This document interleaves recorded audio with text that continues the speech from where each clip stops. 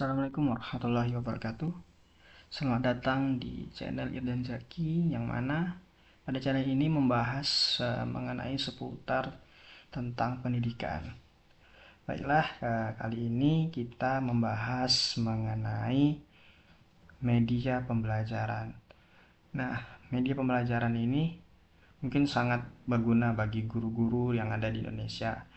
Mungkin guru-guru melihat siswa dan siswi pada kegiatan belajar mengajar, mungkin mereka seperti bosan, suntuk, ataupun tidak ada ketertarikan antara mereka terhadap pembelajaran.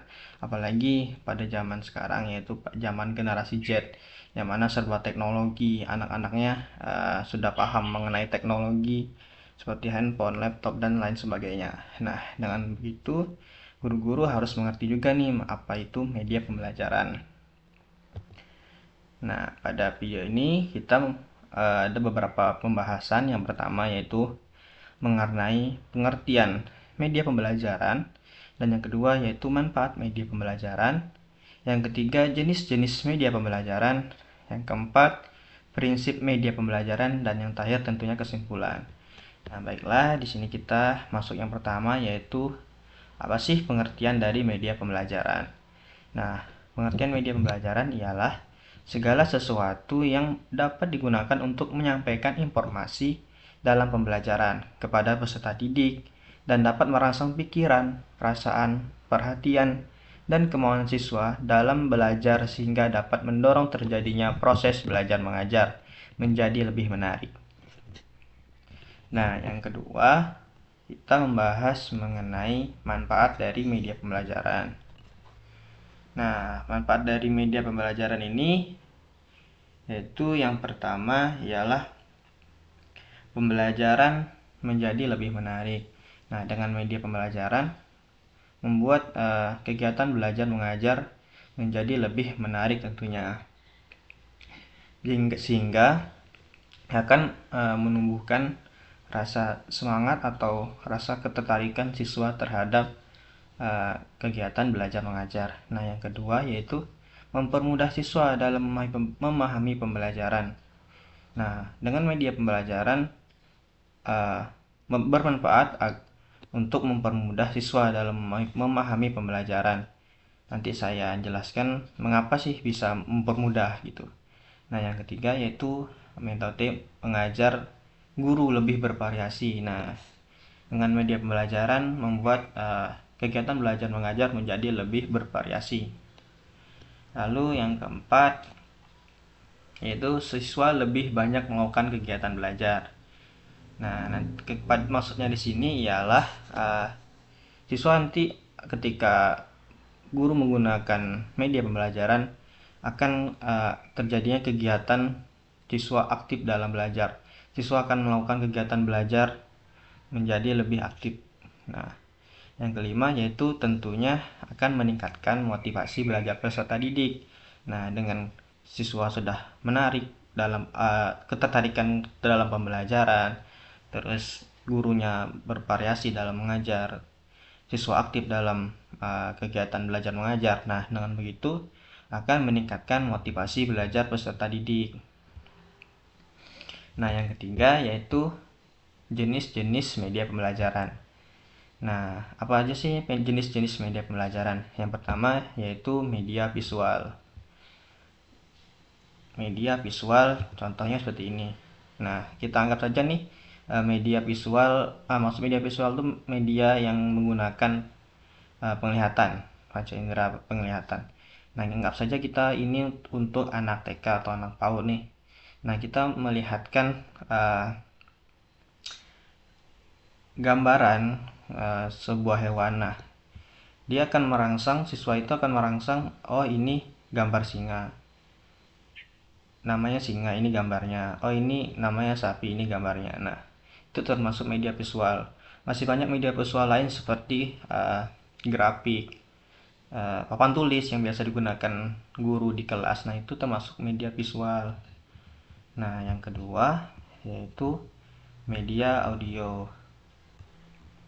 Nah, seperti ini kayak seperti radio, musik, DVD, atau bisa maksudnya di sini mungkin guru menggunakan media audio, yaitu menggunakan agar merangsang panca indera pendengaran siswa gitu.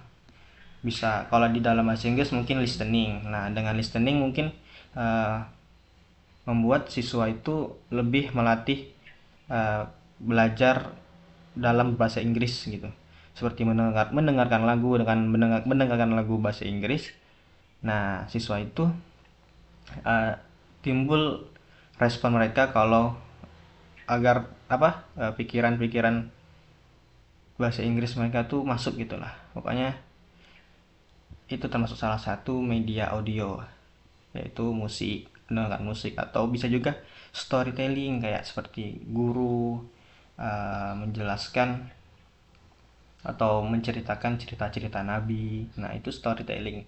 Nah, dengan apa ya siswa itu mendengarkan si seorang guru itu bercerita. Nah, itu termasuk media audio. Nah, yang terakhir yaitu media audio visual. Nah, contohnya seperti ini, yang alat-alat yang biasa digunakan media audiovisual, proyektor, film, kamera, dan lain sebagainya. Contohnya seperti proyektor nih, guru mungkin menampilkan PowerPoint. Nah, itu kalau seandainya PowerPoint saja itu termasuk media visual, tidak ada audio. Nah, jika adanya audio, mungkin di dalam PowerPoint itu terdapat sebuah video yang bergerak, gambar yang bergerak dan memiliki suara. Nah, itu termasuk media audiovisual. Atau bisa juga seorang guru menampilkan sebuah video pembelajaran atau cerita inspirasi. Nah, mungkin dengan menampilkan sebuah cerita inspirasi gitu, nanti guru meminta siswa untuk memahami video tersebut, lalu nanti di akhir video guru meminta siswa untuk mengkritisi atau apa sih masalah dalam video tersebut. Nah, itu bisa digunakan untuk kegiatan belajar mengajar agar dalam kegiatan belajar mengajar menjadi lebih aktif dan menarik. Dengan media audiovisual, dengan melihatkan tampilan pada proyektor ataupun laptop gitu, melihatkan film. Nah, mungkin pada zaman sekarang generasi Z, siswa itu mungkin lebih menarik dengan menggunakan media pembelajaran seperti itu. Biasanya kan guru-guru menggunakan media ceramah atau metode ceramah. Mungkin siswa merasa bosan atau lainnya. Nah, dengan media audiovisual atau menampilkan sebuah tayangan di depan kelas, nah mungkin membuat siswa lebih menarik nih, lebih aktif gitu dengan memahami atau melihat tampilan di depan kelas. Nah, ini tadi jenis-jenis media pembelajaran. Dan yang keempat yaitu prinsip media pembelajaran. Yang pertama yaitu efektivitas. Nah, dalam memilih media pembelajaran harus berdasarkan efektivitas dalam pembelajaran dan tentunya mencapai tujuan pembelajaran atau pembentukan kompetensi. Nah, pendidik harus dapat berusaha agar media pembelajaran yang diperlukan untuk membentuk kompetensi secara optimal dapat digunakan dalam pembelajaran. Nah, yang kedua yaitu relevansi. Nah, maksudnya di sini yaitu kesesuaian media pembelajaran yang digunakan dengan tujuan, karakteristik materi pembelajaran, potensi, dan perkembangan siswa, serta dengan waktu yang tersedia. Nah, yang ketiga, efisiensi. Dalam memilih media pembelajaran, tentunya pemilihan dan penggunaan media pembelajaran harus benar-benar memperhatikan bahwa media tersebut murah atau hemat biaya, tetapi dapat menyampaikan inti pesan yang dimaksud. Persiapan dan penggunaannya relatif memerlukan waktu yang singkat, kemudian hanya memerlukan sedikit tenaga. Nah, jangan menggunakan media pembelajaran yang begitu mahal, dan tentunya akan juga jangan sampai membuat waktu atau SKS guru jangan waktunya harus singkat gitu, harus relatif. Nah, yang keempat yaitu dapat digunakan. Nah, media pembelajaran yang dipilih harus benar-benar dapat digunakan atau diterapkan dalam pembelajaran sehingga dapat menambah dan meningkatkan kualitas pembelajaran. Guru juga sebelumnya harus tahu menggunakan proyektor atau menggunakan video pembelajaran. Nah, kesimpulan dari video ini yaitu media pembelajaran adalah alat yang digunakan untuk mengajarkan informasi kepada siswa dengan tujuan memotivasi belajar dan memahami materi. Terdapat 3 jenis utama, yaitu visual, audio, dan audiovisual. Nah, pemilihan media harus mempertimbangkan efektivitas, relevansi, efisiensi, dan kemampuan penggunaan. Dengan menggunakan media pembelajaran dengan bijak, pendidik dapat menciptakan pengalaman belajar yang lebih menarik dan tentunya efektif untuk siswa.